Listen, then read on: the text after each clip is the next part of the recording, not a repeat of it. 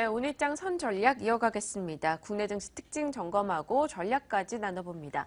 김종효 위원과 성공투자연구소 박정석 대표와 함께합니다. 어서 오세요. 예, 안녕하세요. 네, 어제 우리 증시 외국인의 매도가 또다시 5천억 가까이 집중이 됐습니다. 이 때문에 결국 코스피는 1900선대까지 내려앉는 양상이었는데요. 외국인의 자금 이탈 속도가 상당히 빠릅니다. 앞으로도 이어지리라고 보십니까?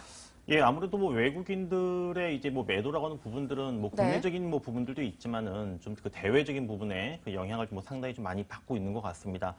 최근 시장의 가장 큰 화두라고 할 수 있는 이 국제 유가의 그 하락이라고 하는 부분들이 단순히 그냥 유가만 그 하락을 하면서 관련 업종이나 이런 그 부분에 영향을 미치는 것이 아니라 국제 유가의 하락 부분들이 지금 그 이해관계하고 걸려있는 그 각국의 어떤 그 금융시장까지도 큰 요동을 지금 치게 하고 있거든요. 대표적으로 이제 러시아 같은 경우에도 최근 증시와 그리고 이제 통화 가치가 이제 크게 하락을 하면서 자, 이러한 그 부분들이 아직까지는 안정화되지를 못하고 있고 또 이 전 세계의 어떤 글로벌 경기의 한 축을 담당을 하고 있는 중국의 어떤 경기 회복 속도도 어제 그 PMI 지수가 좀 예상보다는 그 50 이하로 나왔었기 때문에 이러한 어떤 그 글로벌 경제의 둔화 부분들 이런 것들이 좀 외국인들의 지금 매도를 계속적으로 부추기고 있습니다.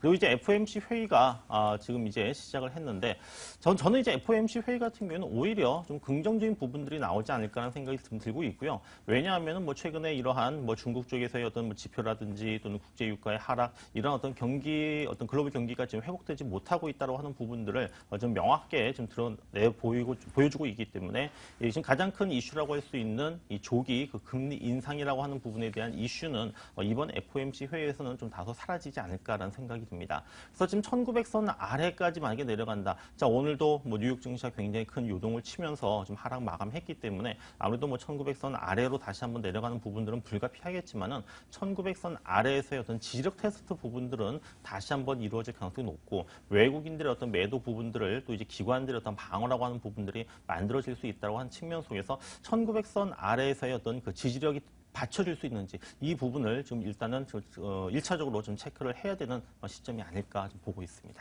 네, 대외 변수 계속해서 터지는 이슈들 때문에 일단 이번 FOMC에서는 조기금리 인상 이슈는 다소 약화될 것이다 이야기해 주셨네요. 김 의원님, 외국인의 자금 이탈, 이제는 내수주나 수출주나 가리지 않고 나타나고 있는데요. 어떻게 봐야 되죠?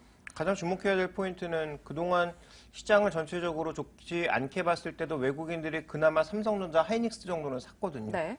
그러니까 얼마 전에 나타났던, 불과 한 일주일 전에 나타났던 외국인 매수의 대부분은 삼성 SDS, 삼성전자, SK하이닉스를 제외하면 거의 사는 게 없을 정도로 특정 종목에 굉장히 올인했습니다, 외국인들이. 그럼에도 불구하고 최근 이제 그들 종목까지 팔고 있다는 건 이머징 마켓 전반적인 매도와 함께 외국인들의 시각이 굉장히 싸늘해졌다는 것이고요. 우리 입장에서 자꾸 보지 말고 외국인 입장에서 봐야 된다고 판단하고 있습니다. 외국인 입장에서 보면 우리 시장이 지금 현재 가격에도 절대 매력적이지 않다라고 저는 판단하고 있고요. 그런 관점에서 접근해 본다면 결국은 우리 시장에 대한 시각, 단기적인 기대는 일단은 접는 것이 낫다. 조금 전에 전문가께서 말씀해 주신 대로 FOMC에서 뭔가 확실하게 긍정적인 이슈가 나와서 시장을 확 반전시키든지 아니면 1월 중순 이후에 있는 ECB에서 정말 대규모의 자금을 투입해서 국채도 사고 중소기업들 회사채도 모두 사주는 그런 QE가 나왔을 때나 현재 시장은 반전이 가능하지 그 정도의 대책이 나오지 않는다면 제가 보기엔 현재 부진한 시장 분위기가 지수의 낙폭은 제한될 수 있어도 이어질 수 있다라는 판단, 또 외국인 매도도 속도 조절 정도는 나오지만 이어질 수 있다라고 판단하고 있습니다. 네, 알겠습니다. 말씀 중에 삼성 SDS 이야기 해주셨습니다. 한동안은 외국인의 매수를 받았었습니다만 최근 들어서는 연일 하락입니다. 한 4거래일간 10% 이상 내림세인데요. 어제도 역시나 4% 정도 빠졌습니다. 이제 내일이면 제일모직 상장을 앞두고 있어요. 그 때문으로 봐도 되는 건가요? 전 외국인들이 그 40만 원까지 끌어올리는데 굉장히 큰 역할을 했었었는데 그때는 엄청나게 사더니만 이제 최근에 주가가 빠질 때 또 이제 매도를 하고 있다라고 하는 부분들 아마 이제 일반적인 시각에서 봤을 때는 이해가 되지 않는 부분들이 분명히 있을 겁니다. 얼마 전이었었죠. 그 주가가 30만 원대 후반에 위치를 했었을 때 이 CSA 증권에서 이제 그 매도 레포트를 유일하게 내놓았었는데 그때 목표 가격을 25만 원으로 이제 그 하향 그 조정을 했었거든요. 하향 조정 아니고 이제 25만 원을 이제 설정했었는데 그때 당시만 하더라도 이게 무슨 말이 될까? 근데 지금 현재 보니까는 주가가 계속적으로 좀 하락을 하면서 이것이 좀 어떻게 보면 좀 현실화되고 있다라는 생각이 듭니다. 지금 이 오너 일가의 이 삼성 SDS 그 지분 어떤 그 정리 가능성, 뭐 지분 정리라고 하는 부분들이 뭐 시장에서 내다 판단하는 것이 아니고 뭐 삼성전자 어떤 지주회사가 이제 설립됐을 때 뭐 막교환 형식의 뭐 이러한 지분 정리 가능성 부분들이 이제 우려감들이 반영되고 있고요. 말씀을 해주셨던 대로 이 제일모직 상장을 또 앞두고 있다 보니까는 제일모직 그 상장 전에 뭐 가장 큰 어떻게 보면 이슈가 되었었던 이 삼성 SDS에 대한 어떤 그 매력 부분이 이제 떨어지면서 좀 주가가 이제 30만 원 아래로 좀 내려가고 만 상황입니다. 근데 30만 원은 어느 정도 아마 그 시장에서는 지켜내지 않을까 이런 어떤 기대감이 있었습니다만 이것마저 지금 깨졌다라고 하는 부분들은 일단은 그 일단은 어디까지 주가가 내려갈 것이다라고 하는 부분에 대해서는 저는 좀 다소 이제 불확실하다라고 좀 보여주고 있고요. 따라서 뭐 현재 시점에서 뭐 보유하고 계신 분들은 뭐 과도하게 하락을 했기 때문에 뭐 이후 이제 뭐 반등을 기다려서 뭐 매도를 할 수 있는 어떤 기회는 있겠지만은 지금 현재 시점에서 그냥 무작정 많이 떨어졌기 때문에 매수를 해야 된다라고 하는 부분에 대해서는 뭐 저는 아직은 뭐 동의를 하지 않고 있습니다.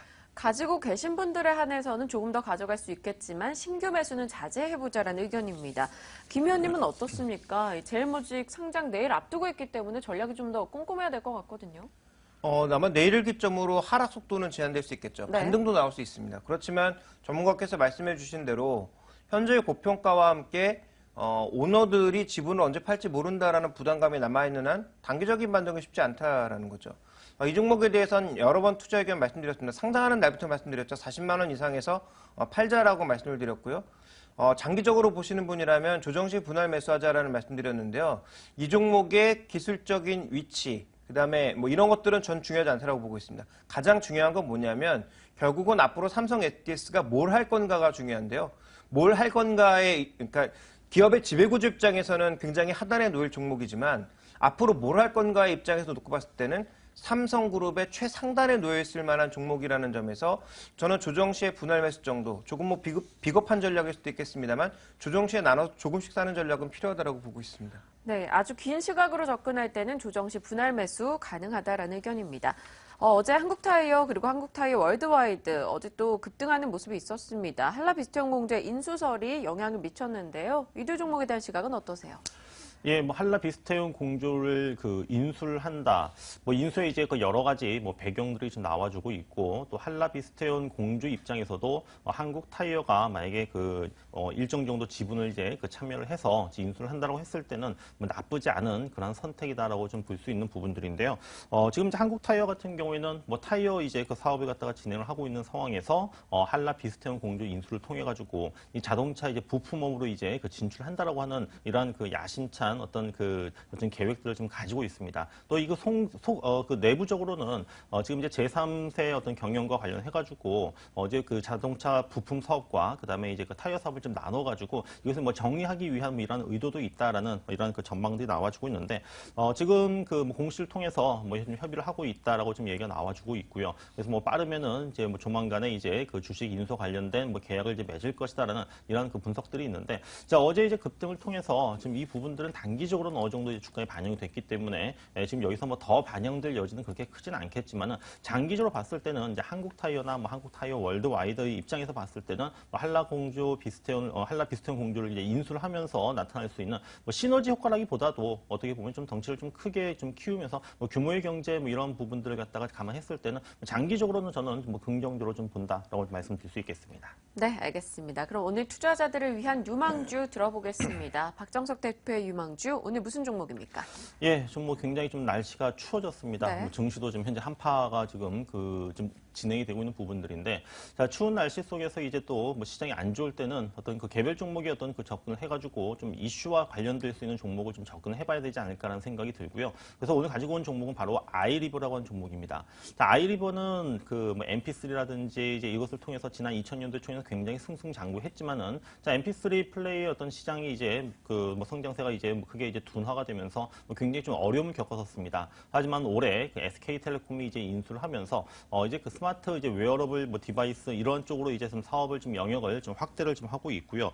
특히 이제 이 고음질 음원 이제 플레이어 사업에 또 어떻게 보면 선택과 집중을 통해 가지고 어떤 한 좀 분야를 토대로 해가지고 좀 그 특화된 이런 그 사업 쪽으로 이제 좀 집중을 좀 하고 있고, 아까 말씀드렸던 이제 추운 날씨라고 하는 부분들은 바로 이제 스마트웨어 브랜드 아발란치라고 하는 이런 브랜드가 있는데, 이 아발란치의 어떤 브랜드를 토대로 해가지고 좀 이제 국내 이제 매장에서 지금 이제 옷을 좀 팔고 있습니다. 그러니까 이 그 스마트 이제 웨어러블, 이거 어떻게 보면 실제적인 어떤 스마트 웨어러블 디바이스라고 할 수 있는 부분들인데, 이제 발열 패키지가 있어가지고요. 뭐 옷에다가 이제 그 추운 날씨에 이제 그 따뜻하게 이제 그 보온 효과도 있고, 또 이제 그 뭐 충전이라든지 뭐 이런 그 효과들도 있기 때문에 올해에 대해 뭐 실적도 2년 만에 좀 흑자 전환이 좀 기대가 좀 되고 있습니다. 그래서 최근에 이제 바닥에서 좀 회복을 하려고 하는 좀 아이리버 오늘 시장에서 좀 주목을 해볼 만한 종목으로 말씀을 드리도록 하겠습니다. 네, 새로운 브랜드 아발란치까지 거기에 론칭하는데 한몫을 했습니다. 아이리버의 관심주로 꼽아주셨네요. 김종호 연구위원과 성공투자연구소 박정석 대표와 이야기 나눠봤습니다. 오늘 고맙습니다.